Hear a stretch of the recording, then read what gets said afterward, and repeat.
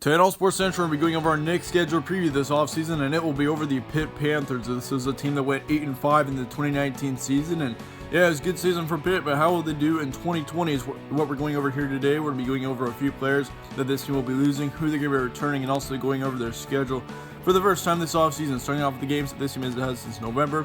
We start off on November 2nd when they played Georgia Tech on the road. They got the win there 20-10.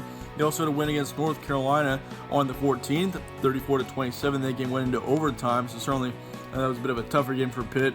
They ended up getting shut out on the 23rd, though, to Virginia Tech. That certainly was not a very good game for them, but I mean, considering Virginia Tech at the time, they really improved over the season. So Virginia Tech was a totally different team at the end of the season compared to how they were at the beginning. But they got shut out there, zipped to 28, and then they also got a loss against Boston College to finish off the regular season. 19-26 was the final score of that one. They were able to win their bowl game, though, so that was good. I think that was in the Quick Lane Bowl, if I'm correct.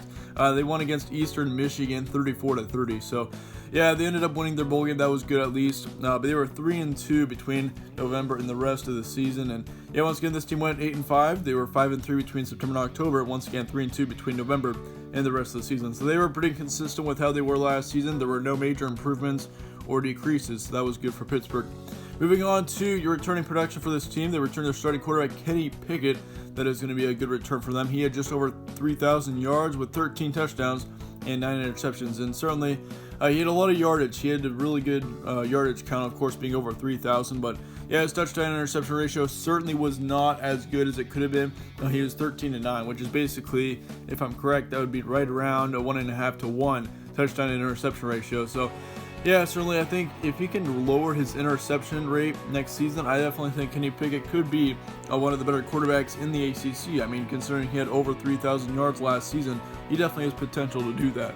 They returned their top running back in A.J. Davis, which he had just right around 800 yards of offense last season with 4 touchdowns. They also returned their second running back in Vincent Davis. So we got two Davises returning. Vincent Davis had just over 300 yards of offense last season with 5 touchdowns. They also returned their running back wide receiver Lee Carter, which he was a good player last season. He had 426 yards of total offense with 2 touchdowns. And why I'm saying running back and wide receiver there is because I believe he had 215 yards of rushing last season, along with I think 150 yards of receiving. I mean, I may be wrong on that, but yeah, certainly he was big in both areas there.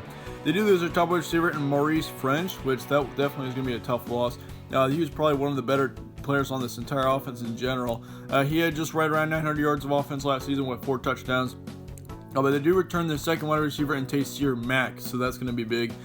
He had just right around 750 yards with an additional 3 touchdowns.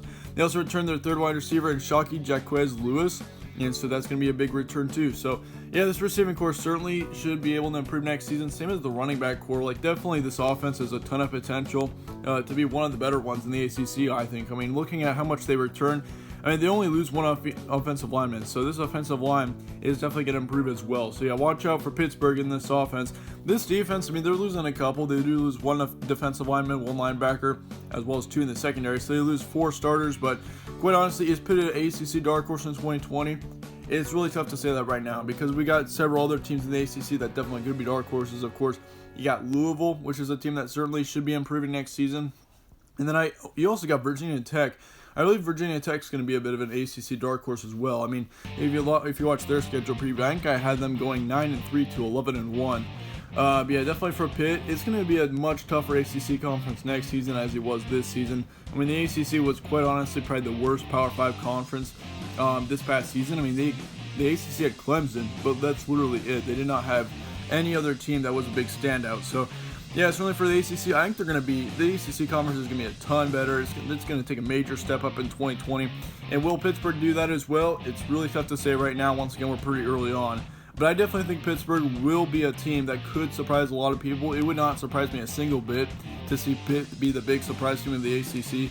Like, it would not surprise me to see this team go 9-3, possibly even 10-2 if something crazy happens. And really, their schedule is not all that difficult as well. I mean, looking at this, you got Miami, Ohio at home. They got Marshall on the road on September 12th.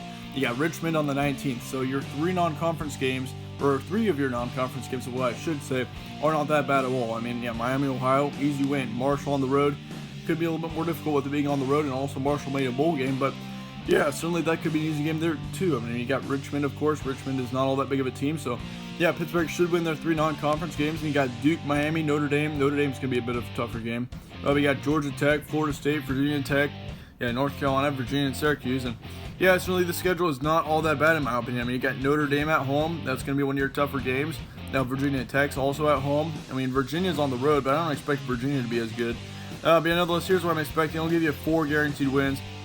I will say you win against Miami, Ohio, once again, Marshall, Richmond, and then Georgia Tech will give you that guaranteed win as well. But yeah, certainly once again, this is just a schedule preview, so we're not going to go over every game. We'll be going over every game in our actual predictions coming out this summer. But yeah, once again, I think Pittsburgh definitely could be a team that's going to surprise a lot of people. I mean, once again, your record estimation 7-5 to 9-3. I think that they could go 9-3 next season, and yeah, I consider bumping that up to 10-2. But considering like the ACC, it's definitely going to be a tougher conference. So yeah, I decided not to do that. But yeah, once again, I do expect Pittsburgh to easily make a bowl game. That should not be a concern for them at all. The biggest concern for Pittsburgh is going to be making a run for the ACC championship. I mean, they don't have to play Clemson, so that's going to be nice. Certainly Clemson is still going to be the toughest ACC team next season. But yeah, nonetheless, that about wraps up the schedule preview. Let me know your thoughts in the comments below on Pitt. Let me know whether you disagree with this or not. Yeah, thank you guys all for watching once again. Stay tuned for more from All Sports Central. If you enjoyed this schedule preview, be sure to slap a like on it and be sure to subscribe as well. It really helps out the channel. I'd really appreciate it. Yeah, thank you guys all for watching once again. Stay tuned. I will see you all later.